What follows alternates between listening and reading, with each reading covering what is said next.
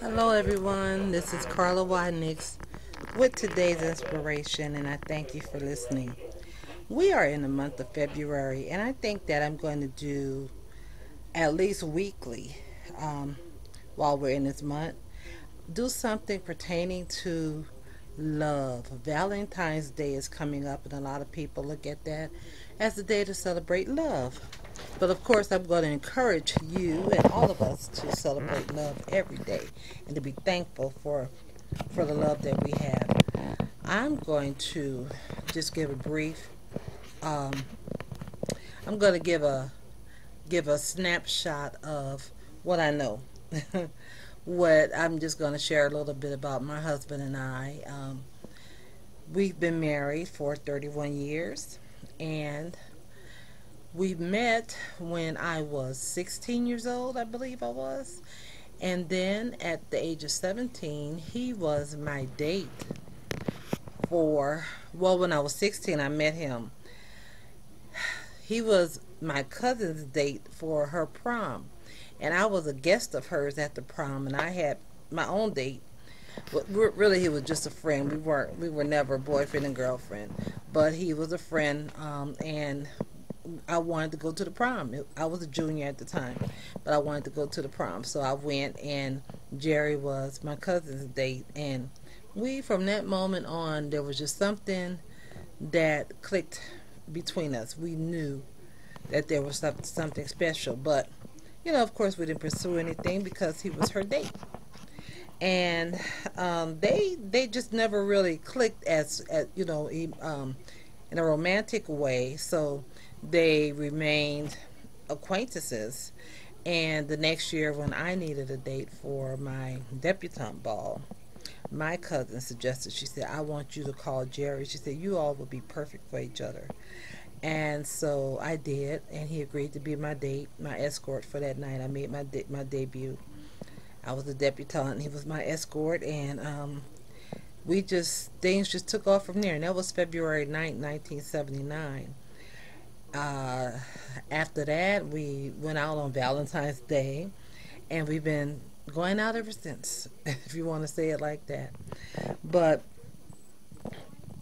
I can't explain it. I mean, I was only 17 when I met him, well, when we started dating, and he was 21. Yes, he was 21. But we, there was just a love there that we know now was something that was ordained by God. We got married 3 years later. And I thank God that we're still together, because so many people get married and they don't stay together.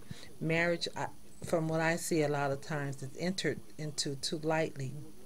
A lot of times people, especially the women, they want the wedding. They want to plan a big wedding, but that's fine and dandy, because I wanted the big wedding too, and I had it. I had the wedding of my dreams. But I wanted more than the wedding. I wanted a marriage. I wanted a good life. I wanted a husband who would love me. And, we would have a family together. And that is what happened. Now, through these 31 years, has it always been sunshiny and rose colored? No, no. We've had our ups and downs. We've had many downs. We've gone through a lot. We've grown as people. We've grown apart. We grew back together. We been through a lot. But the one constant thing that has been there, besides the love of God, has been our love for each other. Our love has been our glue. And I'm telling you, if you marrying for anything else other than love, it will not work. Because see, when the storms come, something has to be there to keep you together. Something has to be there to hold you. And even if you fall apart, that love is still there. And I'm saying that because my husband and I, we did experience a separation. It was an 18-month separation. However, we never, ever stopped loving each other. And because we loved each other, we could not stay apart. But we needed that time to regroup and refocus and recommit ourselves to each other as well as to God. We needed to redefine ourselves and rediscover who we were. And that happened after 20 some years. It happened. But the love was always there. If we did not love each other, we would not have gotten back together. It would not have happened. And when we got back together, we have been stronger than ever, because one of the biggest things came after that, which was a real storm, which was Hurricane Katrina. And that was something that just really tore into everybody. And if we didn't have the love that we had, we could have definitely just fell apart still. So I encourage you to be sure that you love the person that you're with and you want to spend the rest of your life with them. That's how you have to think. You can't go in there thinking, well, if it don't work out, then we'll just...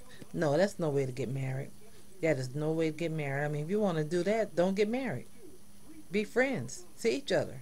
Don't get married. Don't make a commitment. And certainly don't have children together. You think about that.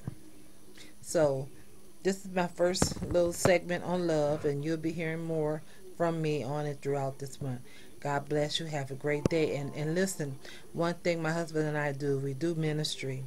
And if you need someone to talk to, someone to pray with you, someone to encourage you in your own marriage, or even your relationship if you're thinking about marriage, feel free to contact me. I'm an open vessel, and this is what God has called us to do.